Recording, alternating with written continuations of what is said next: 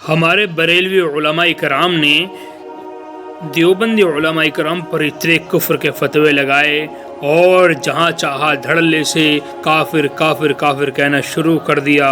اب حال یہ ہے، نبی پاک صلی اللہ علیہ وسلم کی ایک حدیث ہے کہ اگر کوئی شخص کسی شخص کو کافر کہتا ہے، اگر وہ کافر نہ ہوا تو وہ بات اس کی طرف خود لوٹ کر آتی ہے۔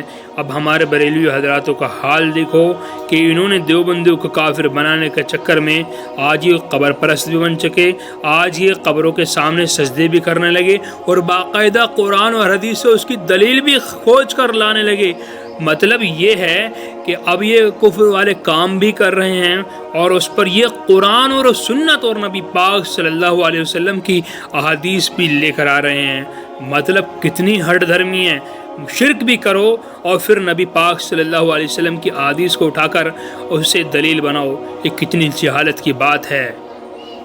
گزشتہ 50 سال کا نچوڑ بتا رہا ہوں، ہم نے صرف یہ کیا ہے، مائک ہمارا، پبلک ہماری، اسٹیج ہمارا، علماء ہمارے، خرچہ ہمارا، منڈپ ہمارا، لائٹ ہماری، اور پوری رات اے وہابی، او خبیث، او مردود۔ نتیجہ یہ ہوا کہ اس پوری قوم کو نہ وضو کرنا آیا، نہ غسل کرنا آیا، نہ نماز پڑھنا آیا۔ یہ مزارات پہ آپ جا کر دیکھیں، کوئی ماتھے ٹیک رہا ہے، چادریں چڑھاتے ہیں آپ مزارات پر، آپ کیوں نہیں پوچھتے کہ چادر کیوں چڑھاتے ہیں؟ کیا بیسک کانسیپٹ ہے اس کے پیچھے؟ اس میں بزرگ کا کیا فائدہ ہے، آپ کا کیا فائدہ ہے؟ کہاں قرآن و حدیث میں لکھا ہے کہ مزار کے اوپر چادر چڑھاؤ؟ ہم نے اس کو ایک ایسی رسم بنا لیا ہے کہ عرس چادر چڑھانے کے بغیر پورا ہی نہیں ہوگا۔ ہر شخص چادروں کی منت مان رہا ہے کہ جی میرا کام ہو گیا تو میں سنا مزار پہ چادر چڑھاؤں گا۔ بھائی کیوں مان رہا ہو منت، ذرا بتاؤ تو صحیح نا۔ اپنے آپ سے کویسچن کرو، کیوں چڑھا رہے ہو آپ چادریں منت کی؟ اس میں کس نے منت مانی تھی؟ نبی نے مانی تھی، صحابہ نے تصور دیا مزار پہ چادر چڑھانے کا، کہاں سے آیا یہ؟ کچھ نہیں پتا، بس لوگ کر رہے ہیں تو ہم بھی کر رہے ہیں۔ اس سے ہماری نوجوان نسلوں کو، ان بچوں کو کچھ پتہ نہیں ہے یہ چادر چڑھانے میں کوئی عبادت ہوگی، کوئی عبادت نہیں ہے، مستحب تک نہیں ہے۔ اب اس دور میں تو مستحب بھی نہیں رہا۔ ایک دور تھا کہ جب قبرستان عام بنا دیے جاتے تھے، اس میں کسی عالم کی قبر ہے، کسی نبی کی قبر ہے، فرض کر لیں صحابہ کی ہے، تو لوگ ادب سے دور ہونے لگے تو وہ قبور پہ چڑھ رہے ہیں صاحب، تو وہ جو اشرف القوم کی قبر ہے اس کی بھی بے حرمتی ہو رہی ہے، تو بھی چلو ایک کپڑا ڈال دیا تاکہ فرق تو ہو جائے، آنے والوں کو پتہ چلے کسی بزرگ کی قبر ہے دوسری، تو ایک چادر ڈال دی تھی۔ بس یہ بیسک کانسیپٹ تھا۔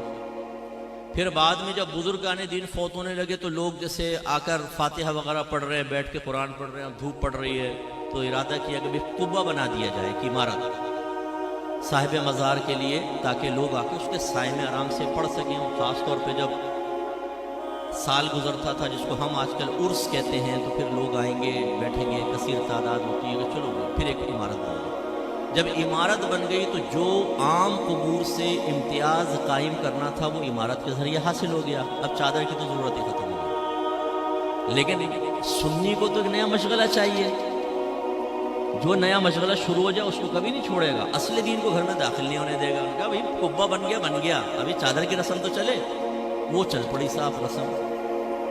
اچھا پہلے چادریں ڈالتے تھے موٹی، کیونکہ یہ ریشمی اور باریک کپڑے تو ایجاد نہیں ہوئے تھے، وہ ہاتھوں سے بنے ہوئے کپڑے، اس میں یہ ہوتا تھا کہ کسی نے 2 چادریں ڈال دی تو ایک صاحب مزار کی طرف سے صدقہ کر دی، ایک پڑی ہوئی ماں بہن امتیاز کے لیے، فرق کرنے کے لیے، باقی ایک نہیں تھی رسمیں پہلے۔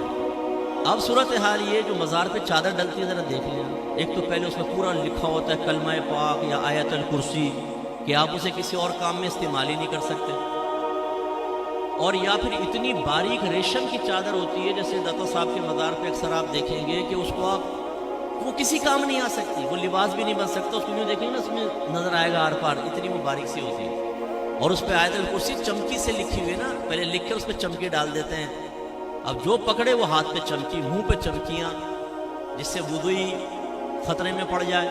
اب وضو کریں گے تو یہ چمکیاں لگی ہوئی ہیں، کہاں سے وضو ہوگا؟ اور پھر آپ کبھی دیکھیں اس کٹہرے کے اندر جو آدمی کھڑا ہوا ہے، یہ جب آپ ریشمی چادر ڈالتے ہیں وہ ایک دوسرے پہ پھسلتی ہے، گر کے نا ٹک تو سکتی نہیں ہے، وہ اس کے پیروں میں وہ آیت الکرسی کے اوپر چڑھ رہا ہوتا ہے، قرآن کے اوپر چڑھ رہا ہوتا ہے، میں نے اپنی آنکھوں سے دیکھا ہے۔ اور پھر کیا ہوتا ہے کہ آپ نے وہ ڈالی، وہ جمع کرتے جاتے ہیں،